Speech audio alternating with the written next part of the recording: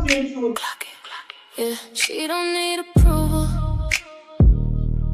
She don't need permission. She just is. Clock it. Clock it. Yeah, clock it. You can't copy. You can't. And go through the cycle to clean it up. So as a result, he comes down and it's interesting because there's a section in here which is this is not just mythology anymore. We are literally on the verge of something beautiful for the mere fact that the actual the Stubble magazine that the nigga stole in Detroit last week. Stole my shit right off this. The Stubble magazine in November told you that the earth is in the middle of a black hole. Well, one of the ways that Ruzra comes down and destroys everything is he literally turns into a black hole. And he sucks up Pastor Johnny's creation, which destroys the matrix and breaks it up into pure light, and that's rescuing you from the doggone matrix. Because you know they say that the black hole sucks everything in, and what comes out on the other side is pure particles of light. So the black hole literally is what up this down matrix and grinds everything that is not of the original back into it. So therefore, you come out see it. Out of mind and out of see it. So Rudra literally turns into a black hole. So for the mere fact that you see that black hole out there, you're literally seeing this Rudra. Now let me read you some of the text on this Rudra. Rudra lets fly his arrow against the Father, who is engaged in a procreation creative act. Rudra avenges the infringement of the pre-existence of the wholeness of the Great Mother, but did not prevent the seed from falling to earth, or the seed of the Father from falling down to earth. Rudra is the seed of the Father that will eventually clean up the mess. And Rudra is the all-consuming fire. That's on page 40 in the presence of Shiva. This particular book by Stella, Kramrisch, Kramrisch, Stella Kramrisch, the presence of Shiva. Rudra is the hunter, and the antelope is also known as Sirius. The Father played a curious role. The Father begged Rudra to spare his life and made Rudra Lord of animals, which equals man. So literally, he made Rudra the God over man, because also the physical body is also called the animal. If you talk about the spiritual realm, they say the physical realm is also called the animal realm. So Rudra was made the Lord of the realm. So also this was in the text, God will tell you that he's one of the most high. And he comes down here and he's later on made the Lord of the animals, which means he's actually made into this physical stuff, which is what the text is actually talking about here. Now, hold on 1 minute to get this. The Father, which is also called Demiurge, had broken the state of wholeness that existed before the fall of the sea. This state is beyond words. It is the indescribable and the inaccessible to the senses, the physical senses.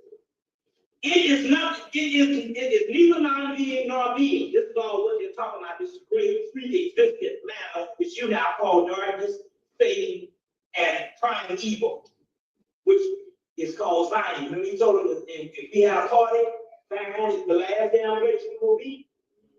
Well, the gates of Zion is also in Gershom Scrolls with the Kabbalah and symbolism. The gates of Zion, so many words, is the damn pineal pituitary life. The gates of Zion is what this particular thing is. Rudra is the God of darkness. Now, and here in the page 79 of this particular book, well, it said, well, Rudra is the God of darkness. So I started reading this type of thing because the whole key is that the whole Christian world is telling you to turn from the prince of darkness. And it says that it goes on in here, and in so many words, it's a lot of stuff, but in so many words, what it ends up being, this God of darkness, is the form of a black hole. Now remember because this is a holographic matrix out here that doesn't exist, then that black hole has to be where? Inside of it. And that is the Rudra. So if the white boy is already giving you insight, this black hole that is out in space. They told you that in November of this year. Finally, if we feel that the earth is in the middle of a black hole, then we know that that black hole has to be in us, and that's what it's talking about here when it's talking about Ruth. Now, in the book called The Parallel, there's a whole apocalypse. They got the Persian apocalypse. If you read the Persian apocalypse, you'll know what Gerald Master said was right. When he said that the whole apocalypse of the Bible came from Persia. Well, the Persians got it out of Egypt when Cambyses raided the temples. But when you read the Persian apocalypse in the book Parallel Mythology, you can find that in most bookstores. You can literally see how they basically just changed up a little, but it's almost damn near identical. But they also have how Rutra destroys the earth. Now, how Rutra destroys the earth. So in so many words, they say that Rutra, how he destroys the earth, is Rutra draws up all the water from the earth. So this is mythological, that water is also representing carbon forms, what they call the force in Star Wars. And basically he draws up all the water from the earth, and once the water becomes in heaven, becomes the whirlpool, that water itself will suck everything up in the earth, and the earth gets sucked into this particular void, or this particular vortex. You see what I'm saying? That's in the parallel when they literally break down this particular mythology and give you a summary version of what's going on. This is the complete one in here. The complete one in here. But it is interesting because the creation is an act of violence that infringes upon the uncreated, the undifferentiated wholeness. This is the beginning of all things. Now, it also goes on and says that it also goes on and talks about in this particular book from gods called the Asura. Now, remember I told you the word Osar, or Asura, which is the name of Osiris.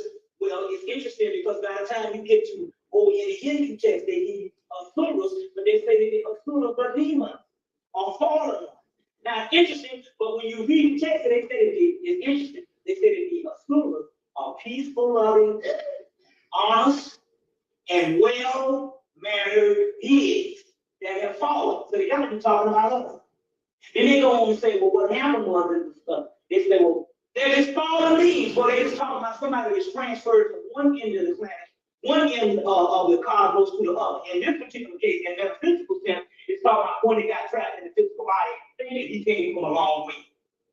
Which in actuality, he's been straight down place he was before. Now, it's interesting because if you involved in Titan book, there's going to be a diagram in the first book of the Titan 1 where they'll show the beginning, they'll show chaos, and then they'll show Gaia, which is goddamn earth.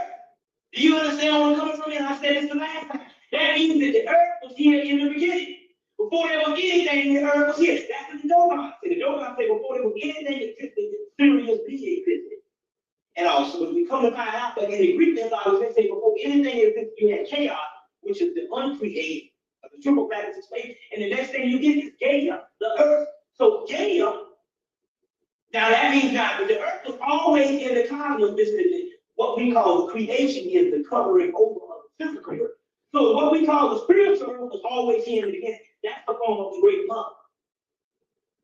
You see what I'm saying? That's when the Kabbalah, she becomes the fallen daughter. But if you look at the spear on the bamboo, which is the Kabbalah, you'll see the tree of life, you'll see at the bottom, which is supposed to be earth. It has the fallen daughter. That means that the great mother was transferred. So in the Greek mythology, you got Gaia was in the beginning. Before there was anything that was out of the earth. And then the earth was later on fell, which means that the physical, it was trapped into a physical matrix. You see what I'm saying? Or as they say in the Hindu thing, there was a whole sphere of Maya put around the planet. And Maya means illusion. You see what I'm saying? Illusion. So the earth was always here. So in so many words, these particular Asuras were the original, in this book it said the original gods of the universe were called the Asuras.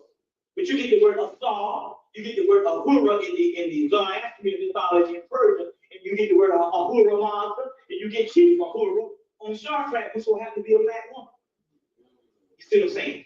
But all that is Osiris, Asura, you get the word Sarah, which you used to the fraternity is talking about. You get the sororities. The Sarah is coming from Asura. And you get in the Quran, you get what? The surah. 14 surah, 15 surah. You understand what I'm saying? All of this, but in the Vedic mythology, which is Sanskrit, which is very old, which is Dravidian, or what they call Indus Kush, which is talking about Ethiopian, Indus Kush, which is Ethiopian and Indian line that came from Ethiopia. You, in here, they say that the surahs were in the beginning before all the other ones, but the surahs fell to earth and became demons. But the demons was peace-loving, trustworthy, and they had a great outlook. But here come the gods that were supposed to divide the man up between the gods, and the gods shitted them out of their land. And in so many words, I think that there was different dimensions within this universe that people supposed to occupy, but the gods came in and shitted them out of the land. I think so many words God put us in the physical body, so therefore we could not spend in a particular dimension because we had a physical body, and the physical body is also subject to a physical world, subject to gravity. If you talk about physical realm, but in so many words, subject to illusion. So because of the illusions, these particular surahs could not get the full aspect of the creation. Although in the creation of the Father, we still is greater than being in the physical body. Even in the whole context of the universe in which this Father created, it still wouldn't be such a bad place to play around with if you didn't have to shit, piss, and eat. And worry about dimensionality living. You're putting rocks together and wood and stuff together. You see what I'm saying? For fire and all kind of dumb stuff. Then you see. You understand where I'm coming from? What's that? Is that like time up? But anyway, so what happened was because we was in these physical bodies, the obscure was not able to get the full aspect of this universe. And the God cheated them out of that, so in so many years, they became hostile, which is talking about us. It's very interesting. The last part of this particular part based on that is this. In the last realm of Rudra, which is this particular mythology, in this particular book, the presence of Shiva, Rudra becomes Shiva. And Shiva and Rudra, Shiva is the manifestation of Rudra or the Christ. Rudra is the avenger, Shiva is the destroyer. Okay? What's going on now? They both rise as Satanu, Set-Anuba, or a phallus, or a killer, or a pineal upright phallus that shoots the semen to the brain. So basically, in so many words, in the last and final incarnation, Rudra, which used to be the star system Sirius, becomes Shiva as the pineal gland, which is in both male and female. And both rises as a killer that shoots semen to the brain. Setanu is the ascetic rises into a impreme, whatever that means, between Rudra and Set, which is talking about killer, the avenger, and Shiva the destroyer. And they say that Setanus, which is this killer, is an emotionally state which has only one direction, upward. And the self-contained shape held within itself, and the power left the withdrawal from it, and within itself, I'm just reading out of the text. It restores the unspent integrity that was in the beginning of things. So in so many words, standing in the creation here, and now he is destroyed. No, he is beyond creation, we get this right. And at the end of the eon, Shiva will destroy the cosmos and absorb it back into himself, the undifferentiated darkness of cosmic life. That is called the reflex of the uncreated. Henceforth, Setanu becomes the name Rudra Shiva in the name of the great God, and will act as the motionless killer of the pineal gland. So in so many words, read out this text. In so many words, what they're saying, what he's going to do is, this pineal gland in us is going to basically, in so many words, suck everything back up into the uncreated. And that is the new Jerusalem or the new existence. That's why even when you saw the Zion was in the deepest core of the underworld. So that's called the deepest core of the subconscious. So that's why you see your boys and them, George Lucas got to tell you to turn from the dark side.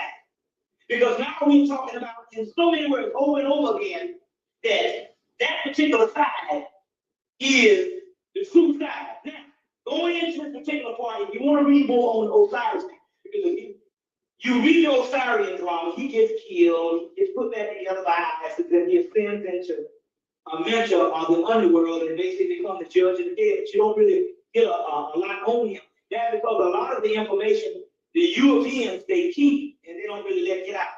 So if you want to get some other stuff on the inside of Osiris, you gotta go read the Greek Dionysus. This is a book by Dionysus by Robert B. Palmer. That's translated by Robert B. Palmer. The guy is called Walter F. Otto, O-T-T-O. And this was the guy. But it's interesting because I'm going to get the paper on this. I want to show you things on this Dionysus thing. It's called Dionysus. D-I-O-N-Y-S-U-S.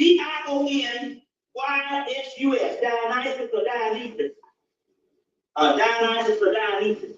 And this, and Dionysus is in actuality another form of Osiris if you want to learn more about Osiris. Get the Dionysus mystery. The Dionysus mystery. The Dionysus is the mystery page of Osiris. It is the symbol of a man, which no human, which is not human, is close. Now, because no human can deal with it. So in so many words, when they talk about the mask is the physical body that you have here. It's called the mask. It is a mask because when you really look at what you truly are, you wouldn't be able to understand it in human concepts. So now, what I'm saying here is this.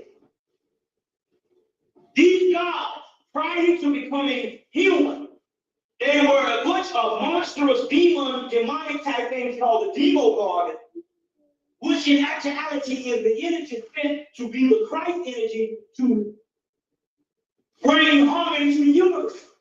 As we fell into the human phase, we had to make it human looking, and we had to water this particular advanced energy down into a human existence. So as a result, we become the little old wimpy Christ or whatever type thing. So you're looking for some damn man to come back. You understand? Meanwhile, the governments around the world is telling you to turn against any monstrous form. And now they're talking about this alien thing we'll get up to in a few minutes. You see what I'm saying? But in so many words, before it was watered down to a humanistic Christ form, it was these whole monster-looking thing called the Demogorgon, or whatever the deal is. So that's called the mask of Osiris. Osiris is that Godzilla you saw. You see what I'm saying? All that alien, you saw alien resurrection and all, they got all that stuff from that came back out. They celebrated the 20 years of the alien movement stuff. You see what I'm saying? So they got a box set that came out this week. That's what this thing is somewhat like. It might not be in the physical, but that's what it's like. So in actuality, when they talk about the mask, they're talking about over the thousands of years we had to water this thing down to look human so we can deal with what's coming. But the Christian community is telling you to go against what's coming, and what's coming is your own soul. So in the Constitution, they say, don't even call these particular ones that's coming back out. It's not fitting. They are chaos beings, and they are higher than gods. Now, let's go on. So Dionysus is the missing pages of Osiris. The symbol of the mask is but folk.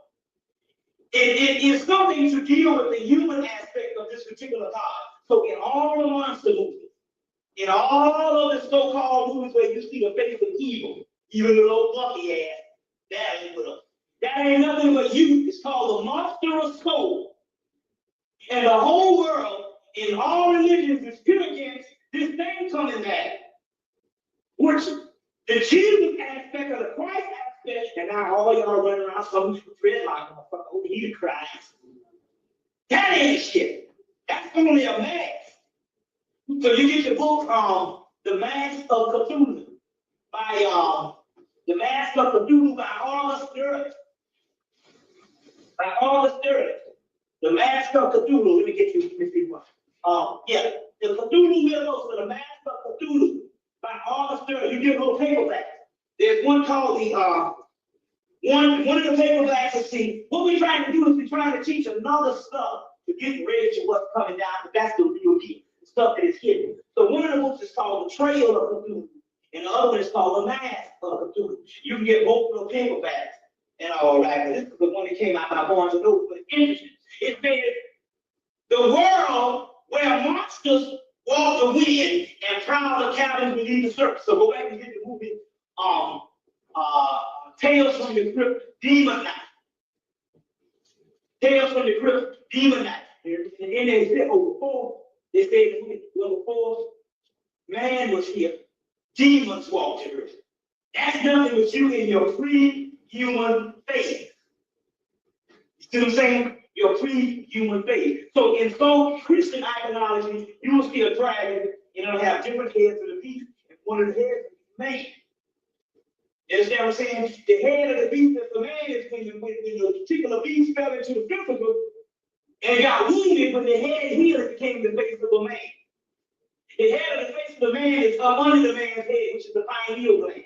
The other demon is the actual energy that the pineal gland brings to manifestation. So you see some of these Christian iconologies, especially in the Ezekiel's Merkaba history. You see several heads of beasts